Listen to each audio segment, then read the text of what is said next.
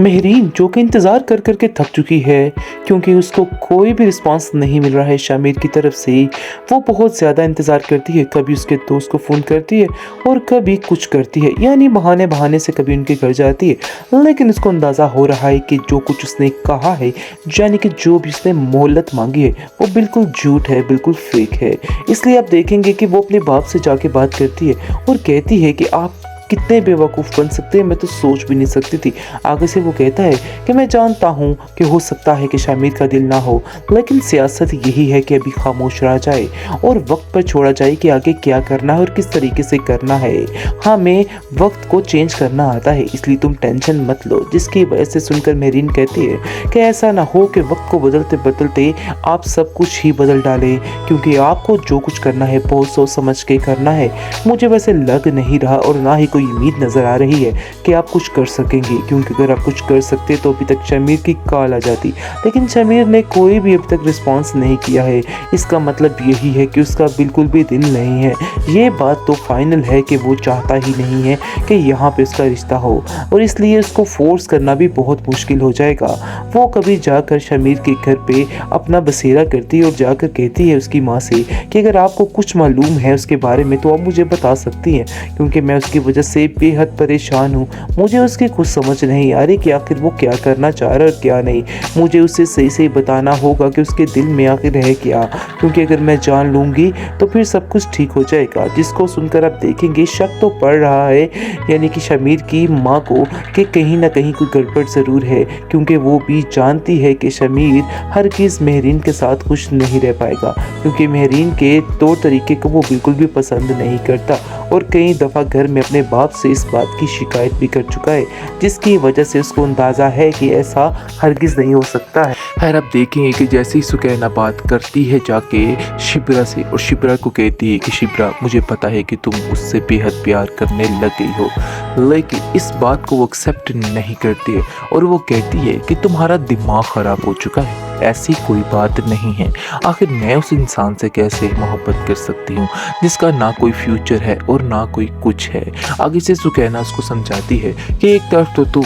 बातें करती हो बहुत ज़्यादा अच्छी और दूसरी तरफ तुम उसको ऐसे कह रही हो, लेकिन वो जानबूझ के सुकैना को चिढ़ाने के लिए कह रही है कि ऐसी कोई बात नहीं है और सुकैना कोई ऐसी बात समझते मत लग जाए। लेकिन उसके दिल में अब लड्डू फूटने लग गए हैं और वो काफ़ी ज़्यादा खुश है फजल बख्श को लेके, क्योंकि वो जब उसको नहीं देखती है तो वो बेचैन सी होने लग जाती है और उसको खुद इस बात की समझ नहीं आती है कि आखिर क्या हुआ और क्या नहीं। दूसरी तरफ जो उसकी माँ है शिप्रा की, उसने फजल बख्श के बगैर रहना ही छोड़ दिया है। बात बात पर नाराज़ हो जाती है फजल बख्श से, ज़रा वो आंखों से दूर होता है। वो तो बाहर के काम यानी कि ऑफिस का काम छोड़कर समझ रहे हैं कि वो घर का ही बिल्कुल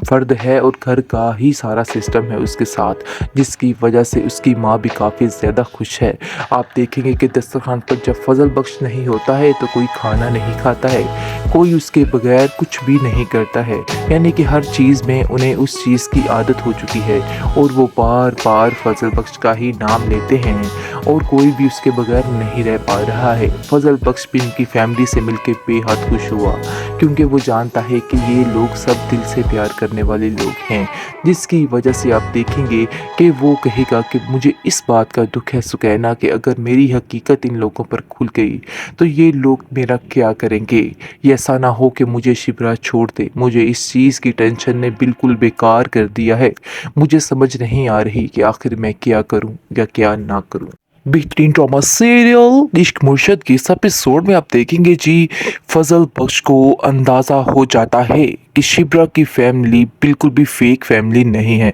यानी कि बहुत ही अच्छे लोग हैं वो। पहले भी उसको इस बात का अंदाज़ा था, लेकिन मज़ीद इस दफ़ा उसे पता चल जाता है कि वाकई में हम लोग बहुत ज़्यादा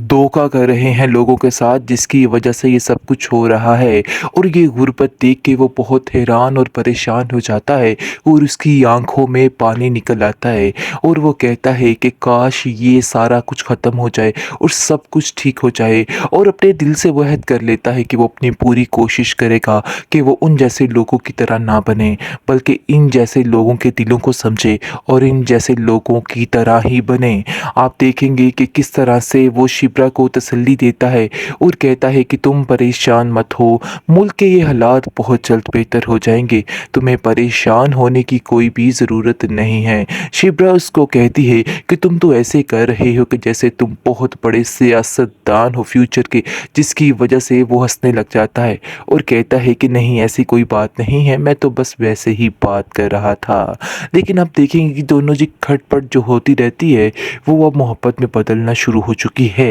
और शिप्रा जो है उससे बेहद मोहब्बत करना शुरू हो जाती है, लेकिन इस चीज़ का इजहार नहीं कर पा रही है और खामोश हो जाती है। लेकिन सुकैना इस बात को महसूस कर रही है और सुकैना फजल बख्श को कहती है क्या फ़िक्र मत करें, सब कुछ ठीक होने वाला है। मुझे ऐसा लग रहा है कि जैसे शिप्रा के दिल में ये मोहब्बत शुरू हो चुकी है, इसलिए अब आपको परेशान होने की बिल्कुल भी कोई ज़रूरत नहीं है। बहुत जल्द ये एलानिया भी बात सामने आ जाएगी, जिसको सुनकर फजल बख्श बहुत ज़्यादा खुश हो जाता है और कहता है कि मुझे यकीन है ऐसा ही होगा, क्योंकि वो कभी भी मेरी मोहब्बत को ठुकरा नहीं सकती है।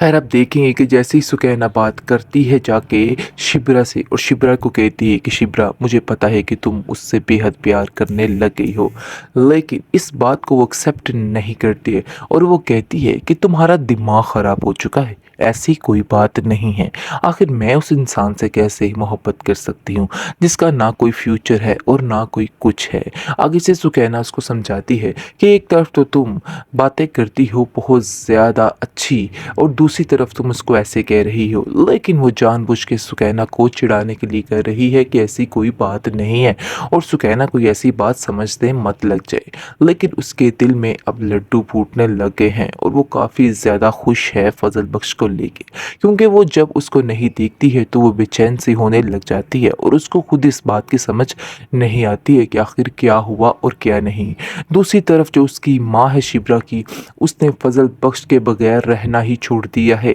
बात बात पर नाराज़ हो जाती है फजल बख्श से, ज़रा वो आंखों से दूर होता है। वो तो बाहर के काम यानी कि ऑफिस का काम छोड़कर समझ रहे हैं कि वो घर का ही बिल्कुल फ़र्द है और घर का ही सारा सिस्टम है उसके साथ, जिसकी वजह से उसकी माँ भी काफ़ी ज़्यादा खुश है। आप देखेंगे कि दस्तरखान पर जब फजल बख्श नहीं होता है तो कोई खाना नहीं खाता है, कोई उसके बगैर कुछ भी नहीं करता है, यानी कि हर चीज़ में उन्हें उस चीज़ की आदत हो चुकी है और वो बार बार फजल बख्श का ही नाम लेते हैं और कोई भी उसके बगैर नहीं रह पा रहा है। फजल बख्श भी इनकी फैमिली से मिलकर बेहद खुश हुआ, क्योंकि वो जानता है कि ये लोग सब दिल से प्यार करने वाले लोग हैं, जिसकी वजह से आप देखेंगे कि वो कहेगा कि मुझे इस बात का दुख है सुकैना कि अगर मेरी हकीकत इन लोगों पर खुल गई तो ये लोग मेरा क्या करेंगे। ये ऐसा ना हो कि मुझे शिप्रा छोड़ दे, मुझे इस चीज़ की टेंशन ने बिल्कुल बेकार कर दिया है। मुझे समझ नहीं आ रही कि आखिर मैं क्या करूं या क्या ना करूं।